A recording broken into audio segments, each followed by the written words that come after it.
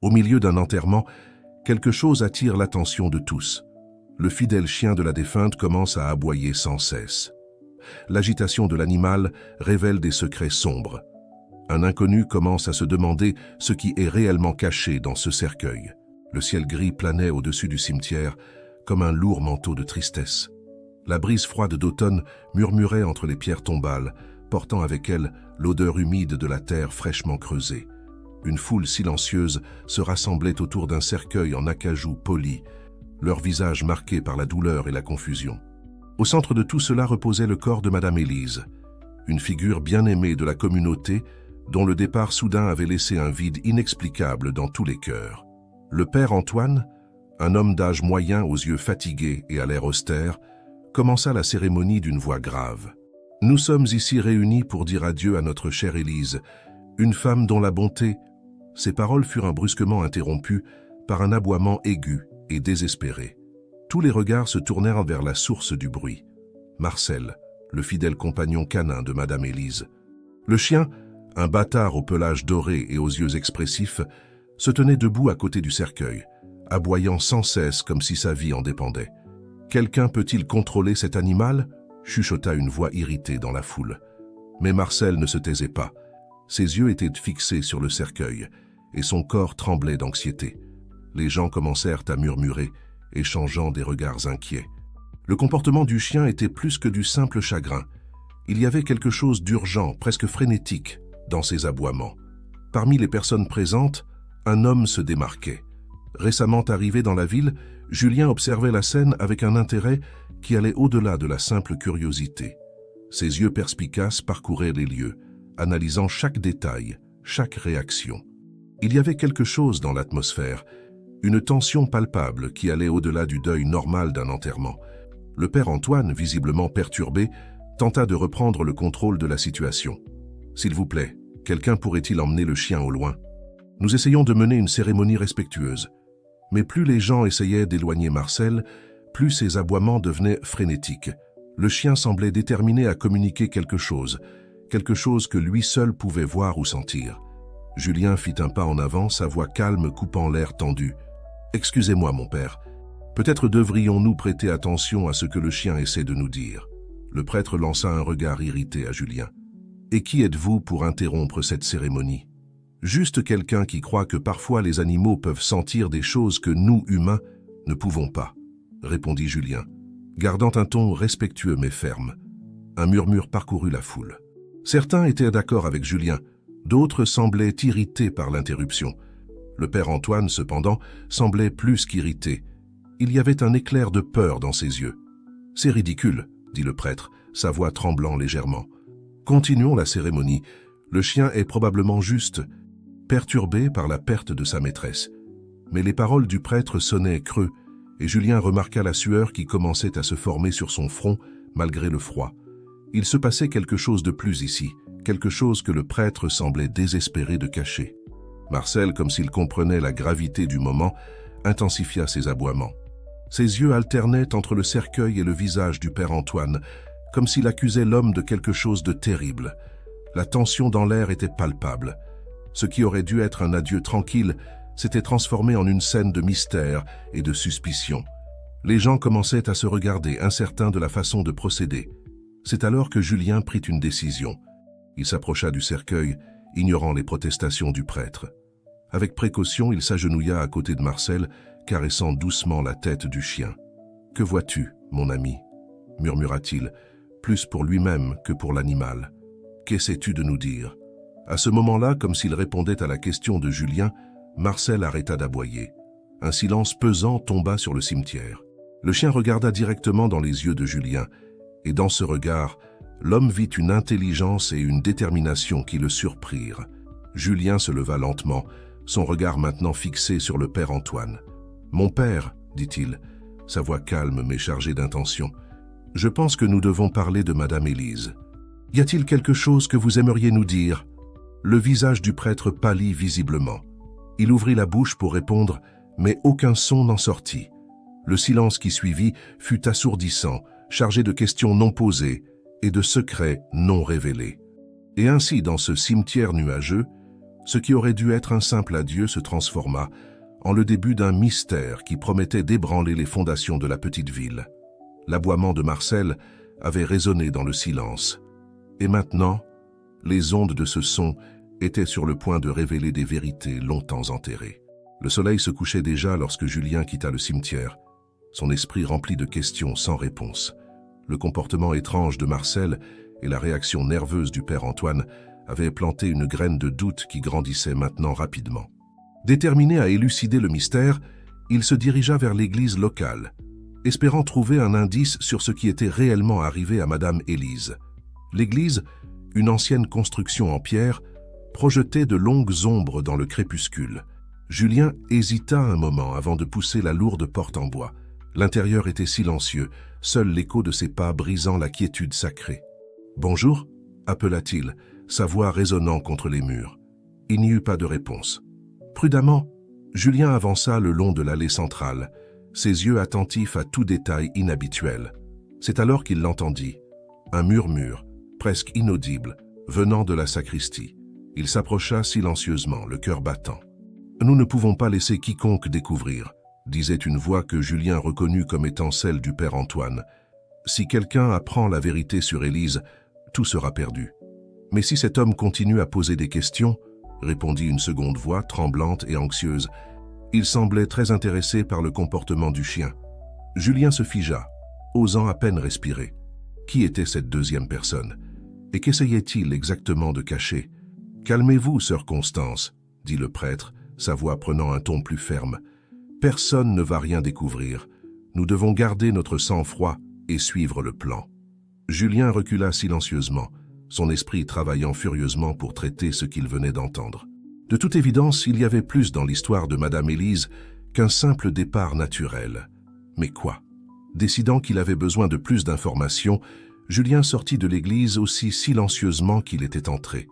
Le ciel était maintenant complètement sombre, les étoiles brillant froidement au-dessus. Il commença à marcher vers le centre-ville, déterminé à en apprendre davantage sur Madame Élise et son lien avec l'église. En chemin, il passa par la place centrale, où un groupe de personnes âgées jouait aux dames sous la lumière d'un réverbère. Julien s'approcha, espérant que quelqu'un pourrait fournir plus d'informations sur la défunte. « Excusez-moi, dit-il, s'adressant à une dame aux cheveux gris. « Connaissiez-vous Madame Élise ?»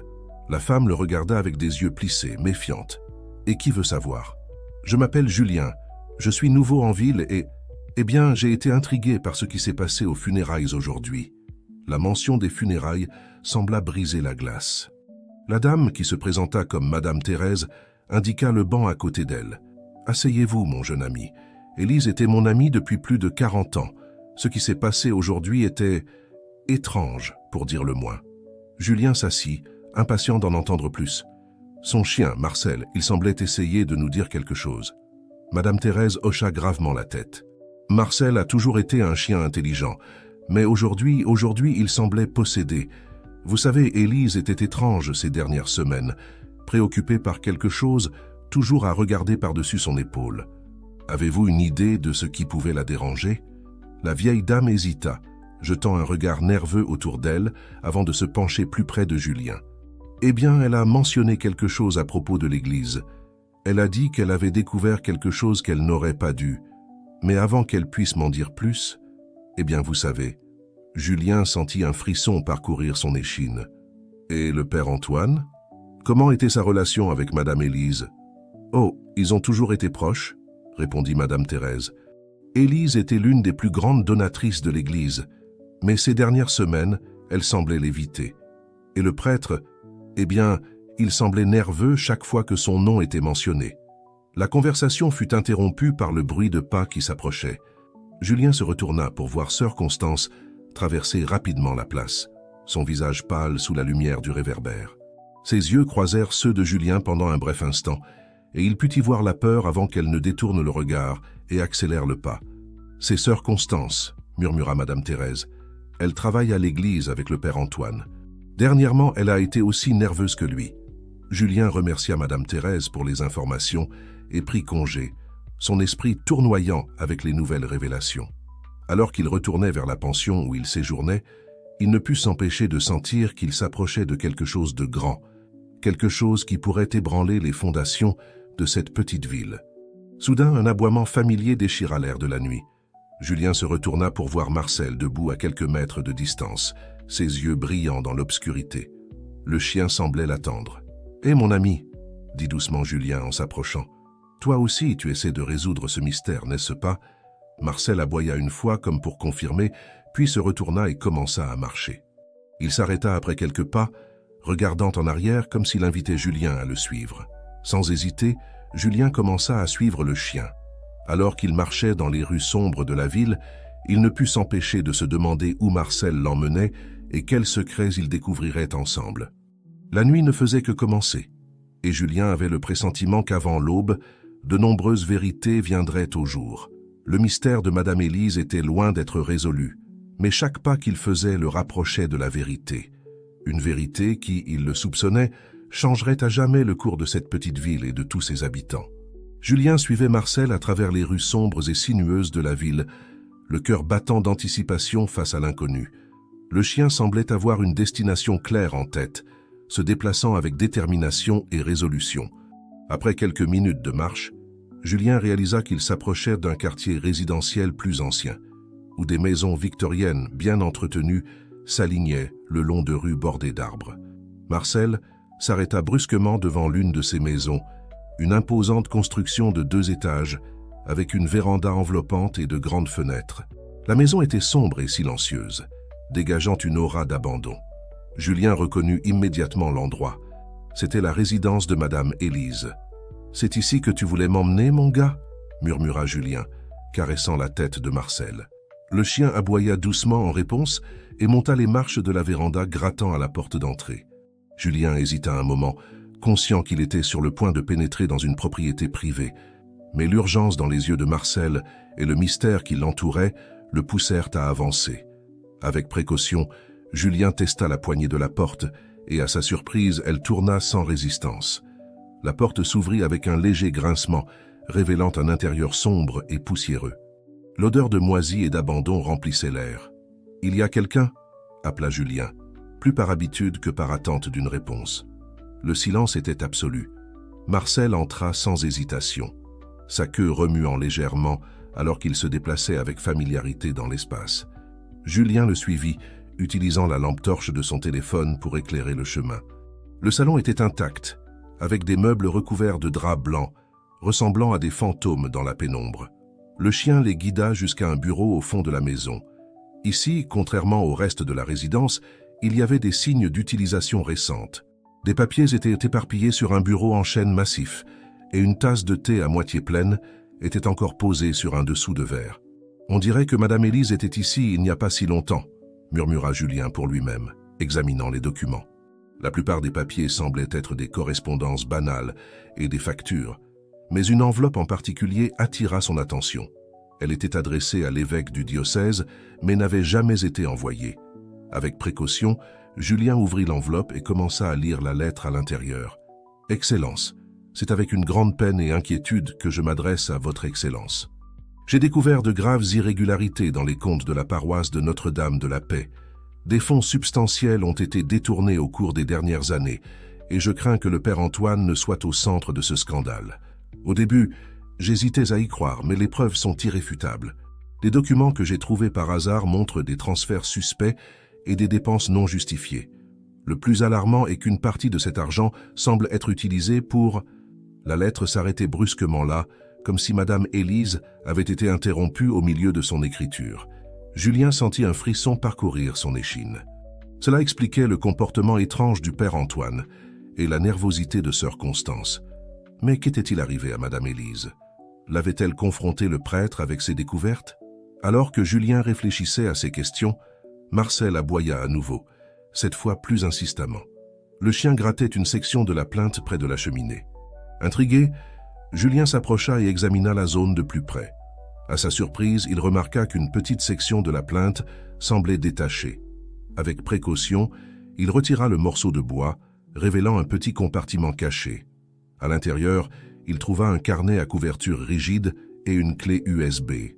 Le carnet était un journal, et les entrées les plus récentes détaillaient les découvertes de Madame Élise sur le système de détournement de fonds de l'Église. La dernière entrée, datée de seulement 3 jours avant sa supposée mort, était particulièrement troublante. J'ai confronté le père Antoine aujourd'hui. Il a tout nié, bien sûr, mais j'ai pu voir la panique dans ses yeux. Il m'a dit d'oublier ce que j'avais vu, que c'était mieux pour tout le monde. Quand j'ai refusé, il m'a menacé. Il m'a dit que je ne savais pas à qui j'avais affaire, qu'il y avait des gens puissants impliqués. J'ai peur de ce qui pourrait arriver, mais je ne peux pas rester silencieuse face à une telle corruption. Demain, je vais aller à la police avec toutes les preuves. Que Dieu me protège.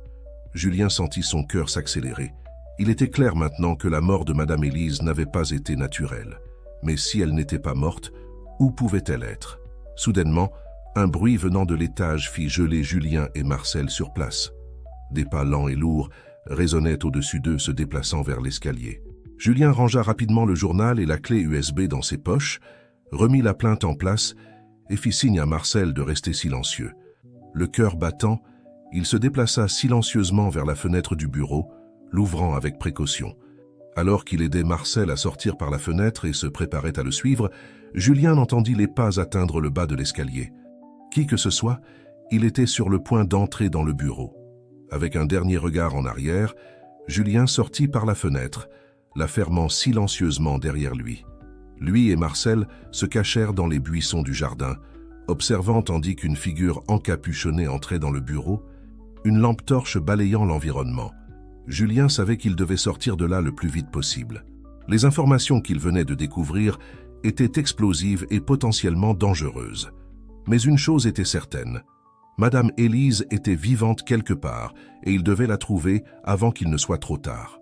Avec Marcel à ses côtés, Julien se faufila à travers le jardin et retourna dans la rue, son esprit tournoyant avec les révélations de la nuit. Le mystère était loin d'être résolu, mais maintenant il avait des indices concrets à suivre. La vérité était à sa portée, et Julien était déterminé à l'exposer, quel qu'en soit le coût. Alors qu'il marchait rapidement dans la rue sombre, Julien ne put s'empêcher de se demander dans quoi exactement il s'était embarqué. Une chose était sûre, la petite ville paisible qu'il avait connue il y a quelques jours cachait des secrets bien plus sombres qu'il n'aurait pu l'imaginer. Et maintenant, qu'il le veuille ou non, il était au centre de tout cela. Les premiers rayons du soleil du matin trouvèrent Julien assis sur la véranda de la pension, une tasse de café fumant entre les mains.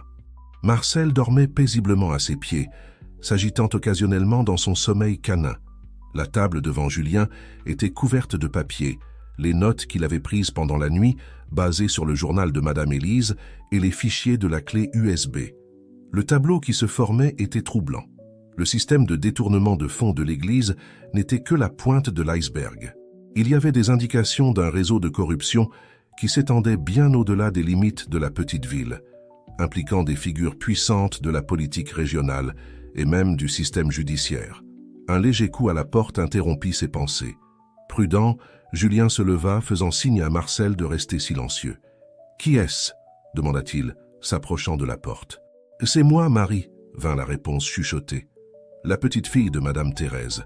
S'il vous plaît, je dois vous parler. » Julien hésita un moment avant d'ouvrir la porte.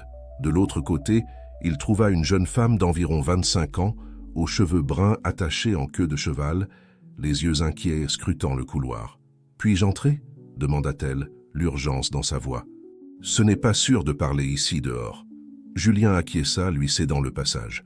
Marie entra rapidement, fermant la porte derrière elle. Ses yeux s'écarquillèrent en voyant Marcel. « Le chien de Madame Élise. Alors c'est vrai, vous enquêtez sur ce qui lui est arrivé. »« Comment savez-vous cela » demanda Julien méfiant. Marie prit une profonde inspiration. « Ma grand-mère m'a parlé de votre conversation hier soir. Écoutez, je sais que cela peut sembler étrange, mais je veux aider. Madame Élise était comme une deuxième grand-mère pour moi, et je sais que quelque chose ne va pas du tout dans toute cette histoire. » Julien étudia le visage de la jeune femme, cherchant des signes de tromperie, mais ne vit que de la sincérité et de l'inquiétude. « Très bien, » dit-il finalement. « Que savez-vous » Dans les minutes qui suivirent, Marie partagea des informations précieuses. En tant que journaliste locale, elle avait accès à des sources et des rumeurs qui circulaient dans la ville. Elle confirma les soupçons de Julien sur le réseau de corruption et ajouta de nouveaux détails. Il y a des rumeurs sur un grand projet immobilier qui est sur le point d'être approuvé, expliqua Marie. Un complexe de luxe qui va revitaliser l'économie locale. Mais pour cela, ils doivent exproprier plusieurs propriétés, y compris des terres de l'Église. Et laissez-moi deviner, interrompit Julien, ces terres valent beaucoup plus que ce qui est officiellement proposé. Marie acquiesça. Exactement. Et voici la partie qui relie tout cela à Madame Élise. Elle était la seule propriétaire qui refusait de vendre. Sa maison est exactement au centre de la zone prévue pour le complexe. Les pièces du puzzle commençaient à s'assembler dans l'esprit de Julien.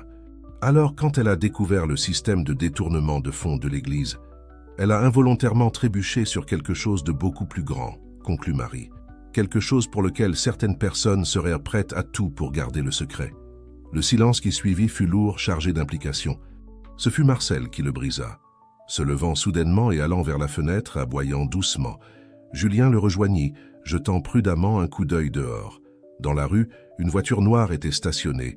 2 hommes en costume observant l'entrée de la pension. « Je crois que nous avons de la compagnie », murmura Julien se tournant vers Marie. « Connaissez-vous un endroit sûr où nous pourrions continuer cette conversation ?» Marie réfléchit un moment. « Oui, la vieille bibliothèque. Le sous-sol a une salle d'archives que presque personne n'utilise. Nous pouvons nous y retrouver dans 1 heure. » Julien acquiesça. « Parfait. Je vais sortir par derrière avec Marcel. Vous sortez par devant, normalement. S'il vous interroge, dites que vous êtes venu interviewer un touriste pour le journal local. » Quand Marie fut partie, Julien rassembla rapidement ses affaires, y compris les preuves qu'il avait collectées. Avec Marcel à ses côtés, il descendit par l'escalier de secours à l'arrière de la pension. Les rues de la ville commençaient à s'animer avec le mouvement du matin. Julien gardait la tête baissée, se mêlant à la foule, toujours attentif à tout signe qu'il était suivi. Arrivant à la bibliothèque, une imposante construction victorienne au centre de la ville, Julien attendit quelques minutes avant d'entrer, s'assurant que personne ne l'observait. Dans l'intérieur frais et silencieux, il trouva le chemin vers le sous-sol, Marcel toujours en alerte à ses côtés. La salle des archives était un labyrinthe de hautes étagères, rempli de boîtes poussiéreuses et de vieux documents. Julien trouva un coin caché et s'assit pour attendre, caressant distraitement la tête de Marcel. Son esprit bouillonnait avec les nouvelles informations. Le mystère entourant Madame Élise était beaucoup plus grand qu'il ne l'avait initialement imaginé. Il ne s'agissait pas seulement de corruption dans l'église locale, mais d'un système impliquant des millions d'euros et des personnes puissantes. Et quelque part au milieu de tout cela, se trouvait Madame Élise. Vivante, Julien en était sûr maintenant, mais en danger. Il devait la trouver avant qu'il ne soit trop tard. Le bruit de pas s'approchant le tira de ses pensées. Marcel était en alerte, les oreilles dressées. Julien se prépara, incertain s'il s'agissait de Marie ou s'ils avaient été découverts. Une silhouette émergea des ombres entre les étagères. Julien poussa un soupir de soulagement en reconnaissant Marie. Mais son expression tendue lui fit réaliser que quelque chose n'allait pas. « Nous avons un problème », dit-elle sans détour. « Le père Antoine est mort. » Les mots tombèrent comme une bombe dans le silence de la salle des archives. Julien sentit son sang se glacer dans ses veines. La situation venait de se compliquer exponentiellement. Comment fut tout ce qu'il put demander. « Ils l'ont trouvé dans l'église ce matin », expliqua Marie, sa voix tremblant légèrement. « Ils appellent ça un accident, mais nous savons que ce n'en était pas un », compléta Julien. Le regard qu'ils échangèrent était chargé de compréhension mutuelle. Le jeu avait changé. Les enjeux étaient plus élevés que jamais. Et maintenant, ce n'était pas seulement la vie de Madame Élise qui était en danger, mais la leur aussi. « Que faisons-nous maintenant ?» demanda Marie, la détermination dans sa voix mêlée d'une touche de peur. Julien regarda Marcel, qui le fixait avec des yeux intelligents et expectatifs. Il savait qu'ils étaient sur le point de plonger encore plus profondément dans ce mystère, mettant potentiellement leur propre vie en danger. Mais il savait aussi qu'ils ne pouvaient pas reculer maintenant. « Maintenant, dit-il, sa voix ferme, nous trouvons Madame Élise. Et nous exposons toute cette machination, quel qu'en soit le coût. » Le soleil était déjà haut dans le ciel dehors, mais dans la salle sombre du sous-sol de la bibliothèque, Julien, Marie et Marcel se préparaient à plonger encore plus profondément dans les ombres qui menaçaient d'engloutir leur petite ville. L'horloge de la tour de l'église sonnait midi lorsque Julien et Marie émergèrent de la bibliothèque, Marcel les suivant de près. La nouvelle du décès du père Antoine s'était déjà répandue dans la ville comme une traînée de poudre. laissant une traînée d'émoi et de spéculation. « Nous devons agir vite », chuchota Marie, ses yeux balayant la place à la recherche de visages suspects. « Avec le prêtre hors jeu, quiconque est derrière tout ça va vouloir nouer les fils lâches. » Julien acquiesça, son esprit travaillant furieusement. « Vous avez mentionné que sœur Constance semblait nerveuse ces derniers jours. Pensez-vous qu'elle pourrait savoir quelque chose ?»« Ça vaut le coup d'essayer », répondit Marie. Elle a toujours été proche du père Antoine, mais elle avait aussi une affection particulière pour Madame Élise. Ils décidèrent de se séparer pour ne pas attirer l'attention. Tandis que Marie se rendrait à l'église sous prétexte de couvrir la nouvelle pour le journal local, Julien et Marcel prendraient un chemin plus discret par l'arrière. L'église était entourée d'une petite foule lorsque Marie arriva, des caméras de télévision locales et des curieux s'agglutinant à l'entrée. Elle réussit à passer, montrant sa carte de presse, et se retrouva bientôt dans l'intérieur frais et sombre du bâtiment. Sœur Constance était assise sur un banc au premier rang, son visage pâle et marqué par les larmes. Quand elle vit Marie s'approcher, ses yeux s'écarquillèrent de reconnaissance et de peur. « Sœur Constance », commença doucement Marie, s'asseyant à côté d'elle, « je suis désolée pour votre perte. Je sais que vous et le père Antoine étiez proches. » La religieuse acquiesça silencieusement, ses mains tremblant légèrement sur ses genoux. « Ma sœur », continua Marie baissant la voix, « je sais que cela peut sembler un moment inapproprié, mais je dois vous poser quelques questions sur Madame Élise. » Au son du nom, Constance sursauta visiblement. « Que voulez-vous savoir sur elle ?» demanda-t-elle, sa voix à peine plus qu'un murmure. À ce moment-là, Julien entra silencieusement par la porte de derrière, Marcel à ses côtés. Sœur Constance les vit, et à la surprise de Marie, un regard de soulagement traversa son visage. « Dieu merci, vous êtes là !» dit-elle, sa voix gagnant en force. « Je n'en peux plus de porter ce secret. » Dans les minutes qui suivirent, l'histoire jaillit comme un torrent. Constance révéla que Madame Élise avait découvert non seulement le système de détournement de fonds, mais une machination beaucoup plus vaste impliquant le projet immobilier et des figures puissantes de la politique locale. Le père Antoine était victime de chantage, expliqua Constance, des larmes coulant sur son visage. Ils l'ont forcé à participer au système, menaçant de révéler certaines indiscrétions de son passé. Et Madame Élise, pressa doucement Julien. Elle est vivante, confirma la religieuse, au soulagement de tous. Quand elle a confronté le prêtre avec ses découvertes, il a paniqué. Mais il ne pouvait pas lui faire de mal. Alors nous avons élaboré un plan pour simuler sa mort et la cacher jusqu'à ce que nous puissions trouver une issue. « Où est-elle maintenant ?» demanda Marie avec urgence. Constance hésita, regardant nerveusement autour d'elle. « Dans le couvent abandonné sur les collines. Il y a un passage secret qui mène à une chambre cachée. Elle est là attendant qu'il soit sûr de sortir. » Julien et Marie échangèrent des regards. Enfin, les pièces du puzzle s'assemblaient. « Et le père Antoine ?» demanda doucement Julien. « Que s'est-il vraiment passé avec lui ?» Les yeux de Constance se remplirent de nouvelles larmes. Il a décidé qu'il ne pouvait plus vivre avec la culpabilité, qu'il a laissé une confession détaillée dans sa chambre. Mais quelqu'un est arrivé avant moi ce matin et l'a emporté. Le bruit de porte s'ouvrant brusquement interrompit la conversation. Des voix exaltées résonnèrent dans l'église et des pas lourds s'approchaient rapidement. « Vite !» chuchota Constance, les tirant derrière l'autel. « Il y a un passage secret ici. Allez au couvent et trouvez Madame Élise. Je vais les retarder. »« Mais et vous ?» demanda Marie hésitante. « Je m'en sortirai, » assura la religieuse avec un sourire triste. « Il est temps que moi aussi, j'affronte la vérité. » Le cœur lourd, Julien et Marie suivirent Marcel dans l'étroit passage, qui s'était ouvert derrière un panneau de l'autel. Alors que le passage se refermait derrière eux, ils purent entendre la voix ferme de Constance affrontant les nouveaux arrivants. Le tunnel était sombre et humide, éclairé seulement par la faible lumière du téléphone de Julien. Marcel menait le chemin, son nez les guidant à travers le labyrinthe souterrain. « Pensez-vous que sœur Constance s'en sortira ?» chuchota Marie, sa voix résonnant légèrement sur les murs de pierre. « J'espère, » répondit Julien. « Mais maintenant, notre priorité est de trouver Madame Élise et d'exposer toute cette machination. » Après ce qui sembla une éternité, le tunnel commença à monter. Finalement, ils émergèrent dans une petite chapelle abandonnée, couverte de lierre et de poussière. « Le couvent », murmura Marie, reconnaissant l'endroit des histoires que sa grand-mère racontait. Marcel aboya doucement, sa queue remuant avec enthousiasme. Il sentait clairement la présence de sa maîtresse. Guidés par l'instinct du chien, ils naviguèrent dans les couloirs silencieux du couvent, attentifs au moindre bruit. Finalement, ils arrivèrent devant un mur apparemment solide au bout d'un couloir. Julien appuya sur plusieurs pierres, se souvenant des instructions de Constance, jusqu'à ce qu'un léger clic se fasse entendre. Le mur glissa sur le côté, révélant une petite pièce éclairée par des bougies. Et là, assise dans un vieux fauteuil avec un livre sur les genoux, se trouvait Madame Élise. Ses yeux s'écarquillèrent en voyant les visiteurs, un sourire illuminant son visage ridé, lorsque Marcel courut vers elle aboyant joyeusement. « Ah, mes chers, dit-elle, sa voix chargée d'émotion. Vous m'avez enfin trouvé. » Julien et Marie se regardèrent, un mélange de soulagement et de détermination sur leur visage.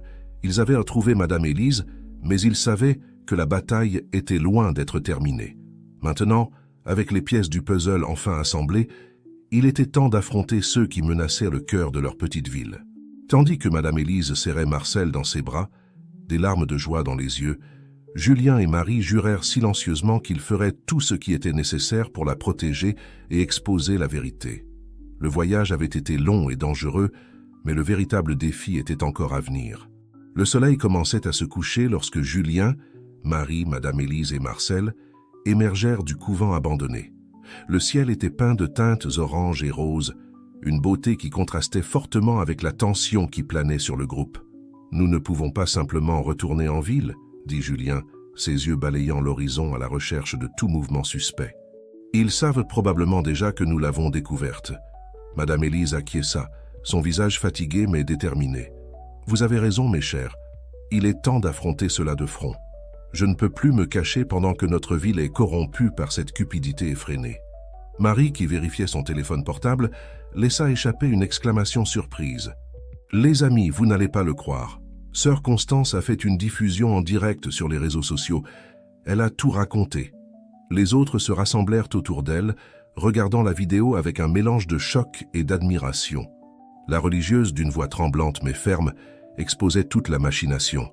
Le système de corruption, le chantage contre le père Antoine, la fausse disparition de Madame Élise. « Cela change tout, » murmura Julien. « Maintenant, ils ne peuvent plus étouffer l'affaire. » « Mais cela signifie aussi que nous sommes encore plus en danger, » avertit Madame Élise. « Ceux qui sont impliqués vont essayer de s'en sortir à tout prix. » Comme pour confirmer ces paroles, le son lointain de sirènes commença à résonner dans la vallée. Des lumières de véhicules pouvaient être vues montant la route sinueuse qui menait au couvent. « Vite !» dit Marie, les guidant vers un chemin latéral. « Je connais un raccourci qui nous mènera directement à la mairie. Si nous allons confronter les responsables, c'est là que nous devons être. » Le groupe se déplaça rapidement le long du sentier escarpé, avec Marcel en tête, comme s'il comprenait l'urgence de la situation. L'obscurité croissante les aidait à rester cachés, mais rendait aussi le chemin plus dangereux. Pendant qu'ils descendaient, Madame Élise partagea plus de détails sur ce qu'elle avait découvert. Le système était encore plus vaste qu'il ne l'imaginait, impliquant non seulement le détournement de fonds de l'Église, mais aussi des pots de vin dans les contrats publics et du blanchiment d'argent à travers le projet de complexe touristique. « Le maire est au centre de tout cela », révéla-t-elle, essoufflée par la marche. « Lui et un groupe d'hommes d'affaires sont derrière le projet. Ma propriété était le dernier obstacle pour eux. Lorsqu'ils atteignirent enfin les limites de la ville, ils furent accueillis par une scène de chaos. Des voitures de police et des camionnettes de chaînes de télévision encombraient les rues. Une foule s'agglutinait devant la mairie, exigeant des explications. « Comment allons-nous entrer là-dedans » demanda Julien, observant la sécurité renforcée autour du bâtiment. C'est alors que Marcel commença à aboyer, attirant l'attention de la foule. En quelques secondes, les gens reconnurent Madame Élise, et un murmure d'étonnement parcourut la place. « C'est elle, Madame Élise est vivante !» Comme une vague, la foule s'ouvrit, créant un chemin pour le groupe. Les caméras se tournèrent dans leur direction, les flashs crépitant sans arrêt. Julien et Marie encadraient Madame Élise de manière protectrice, tandis que Marcel maintenait les gens à une distance sûre. En arrivant aux portes de la mairie, ils les trouvèrent bloqués par des gardes de sécurité. Mais la pression de la foule et la présence inattendue de Madame Élise étaient trop fortes pour résister. Les portes s'ouvrirent et le groupe entra dans le hall principal. À l'intérieur, ils trouvèrent une scène de panique contenue. Des employés couraient dans tous les sens, des déchiqueteuses fonctionnaient à plein régime, et des voix exaltées venaient de l'étage supérieur. Le bureau du maire, indiqua Marie, les guidant dans l'escalier.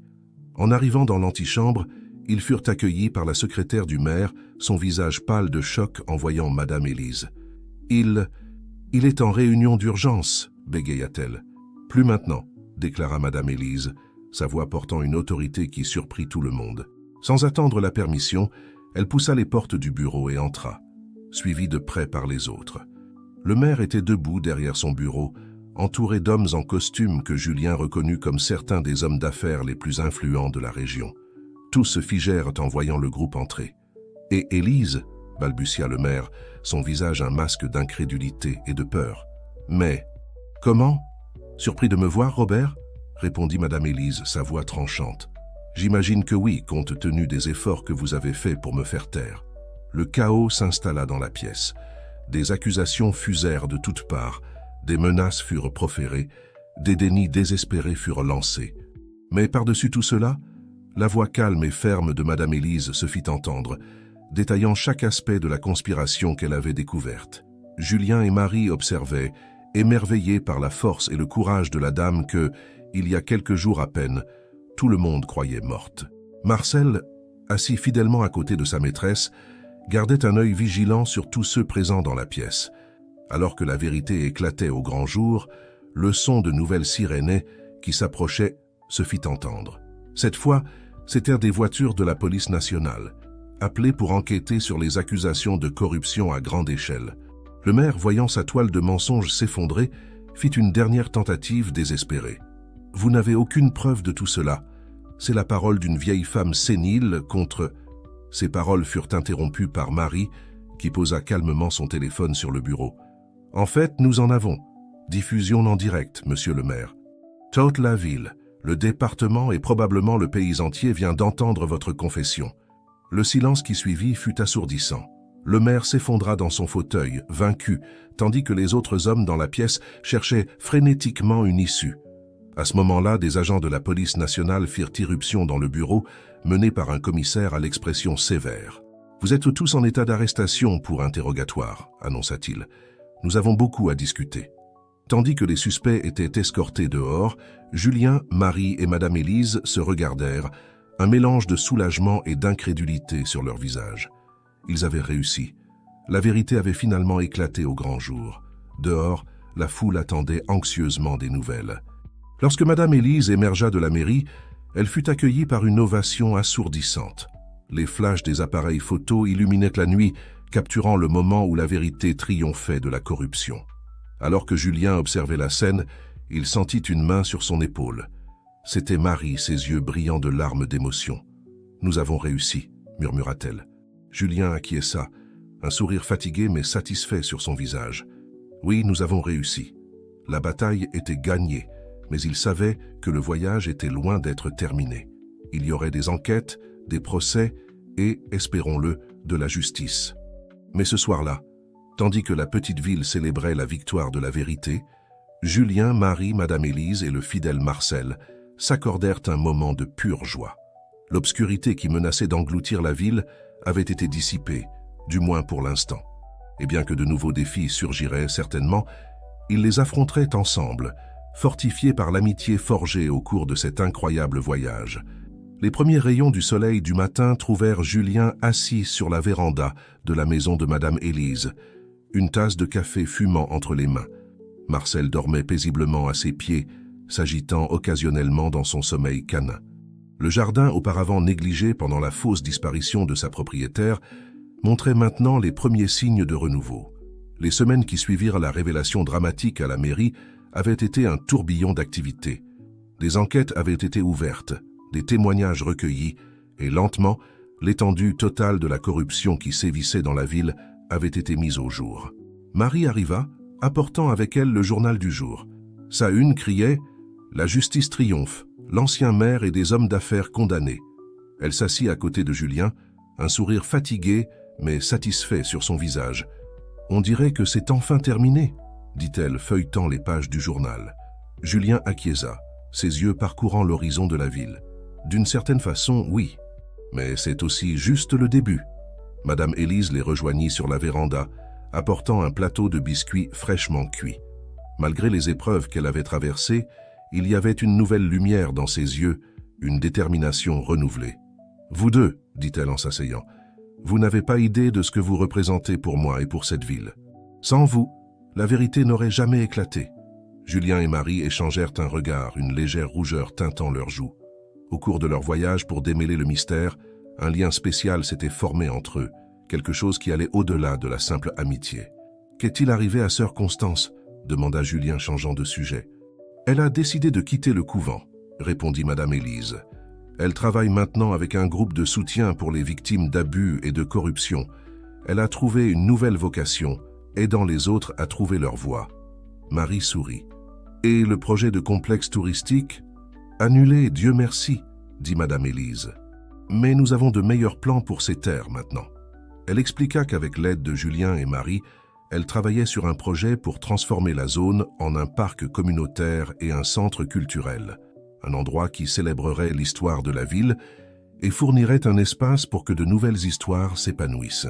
« En parlant de cela, » continua Madame Élise, ses yeux brillants d'une touche d'espièglerie, « que comptez-vous faire tous les deux maintenant? Julien, vous êtes venu dans notre ville en tant qu'étranger, mais maintenant vous êtes pratiquement un héros local. » Julien rit, un peu gêné. « Je ne sais pas si j'irai jusque-là, mais... Eh bien, je pense que j'ai trouvé un endroit que je peux appeler chez moi. » Son regard croisa celui de Marie, qui sourit timidement. « Et moi, dit-elle, j'ai découvert qu'il y a beaucoup plus dans ma ville natale que je ne l'avais jamais imaginé. Des histoires qui attendent d'être racontées. » Marcel, comme s'il sentait le changement dans l'air, se leva et s'étira, regardant le trio avec attente. Madame Élise rit. « Je pense que quelqu'un demande une promenade. » Ils se levèrent, prêts pour une marche dans la ville, qui semblait maintenant renaître. Les rues étaient plus animées que d'habitude pour un dimanche matin. Les gens se saluaient avec des sourires sincères. Il y avait un sens palpable de communauté dans l'air. Ils passèrent devant l'église, où un groupe de bénévoles travaillait à restaurer le jardin. Le nouveau prêtre, un homme jeune et enthousiaste, leur fit signe. La confiance dans l'institution était lentement reconstruite, un processus qui prendrait du temps, mais qui montrait déjà des signes prometteurs. Sur la place centrale, une exposition en plein air montrait des photos et des documents liés à l'affaire, dans le cadre d'un effort pour s'assurer que l'histoire ne soit ni oubliée ni répétée. Des enfants couraient entre les panneaux, absorbant inconsciemment une leçon sur l'importance de la vérité et de la justice. Ils arrivèrent à l'ancienne propriété qui aurait dû devenir le complexe touristique, maintenant un chantier d'un type différent. Des bénévoles plantaient des arbres, construisaient des bancs et planifiaient des chemins pour le futur parc. « C'est incroyable comme les choses peuvent changer en si peu de temps », observa Marie, émerveillée par la transformation. Julien acquiesça. « C'est le pouvoir de la vérité. Une fois qu'elle éclate, elle peut tout changer. » Madame Élise sourit, une lueur de sagesse dans les yeux. « Et c'est pourquoi nous devons toujours nous battre pour elle, quel qu'en soit le coût. » Alors qu'ils revenaient sur leurs pas, le soleil maintenant haut dans le ciel, ils réfléchissaient au voyage qui les avait amenés jusque-là. Le mystère qui avait commencé par un aboiement lors de fausses funérailles s'était transformé en une intrigue qui avait ébranlé les fondations de la ville. Mais des ruines de la corruption, quelque chose de nouveau et d'espérant, émergeait. Julien, qui était arrivé en étranger, se sentait maintenant profondément connecté à cet endroit et à ses habitants. Marie avait redécouvert l'amour pour sa ville natale, la voyant maintenant à travers de nouveaux yeux. Et Madame Élise, dont le supposé départ avait été le catalyseur de tout cela, était maintenant plus vivante et active que jamais. De retour sur la véranda, ils observèrent la ville qui s'étendait devant eux. L'avenir, autrefois incertain et sombre, semblait maintenant brillant et plein de possibilités. « Vous savez, » dit Julien, brisant le silence contemplatif, « quand je suis arrivé ici, je n'aurais jamais imaginé être impliqué dans quelque chose comme ça. Mais maintenant, je ne peux pas imaginer avoir fait quoi que ce soit de différent. » Marie prit sa main, entrelaçant ses doigts avec les siens. « Parfois, la vie nous mène sur des chemins inattendus. L'important est d'avoir le courage d'aller de l'avant. » Madame Élise observait les deux avec un sourire affectueux. « Et parfois, ajouta-t-elle, ces chemins nous mènent exactement là où nous devons être. » Marcel aboya joyeusement, comme pour acquiescer. Le son résonna dans la ville, non plus un cri d'alarme, mais une célébration d'un nouveau départ. Alors que la journée avançait, les trois, maintenant quatre, en comptant Marcel, restèrent sur la véranda, partageant des histoires, riant de souvenirs récents et faisant des plans pour l'avenir. Le voyage qui avait commencé par un mystère s'était transformé en quelque chose de beaucoup plus grand. Une histoire d'amitié, de courage et du pouvoir transformateur de la vérité. Et ainsi, dans cette petite ville qui avait failli succomber à l'obscurité de la corruption, un nouveau chapitre commençait. Un chapitre d'espoir, de renouveau et de possibilités infinies. Julien, Marie, Madame Élise et le fidèle Marcel étaient en prêts à l'écrire ensemble, un jour à la fois. Chers auditeurs, nous espérons que le voyage de Julien, Marie et Madame Élise a touché vos cœurs. Pour continuer cette aventure passionnante, nous avons préparé une playlist spéciale avec des histoires tout aussi captivantes. Vous la trouverez en cliquant sur le lien à gauche. Si vous avez aimé ce récit, n'oubliez pas de vous abonner à notre chaîne et de liker la vidéo. Nous apportons chaque jour des histoires uniques qui explorent la complexité de la vie. Ne manquez pas nos prochains contenus. Nous attendons avec impatience vos commentaires.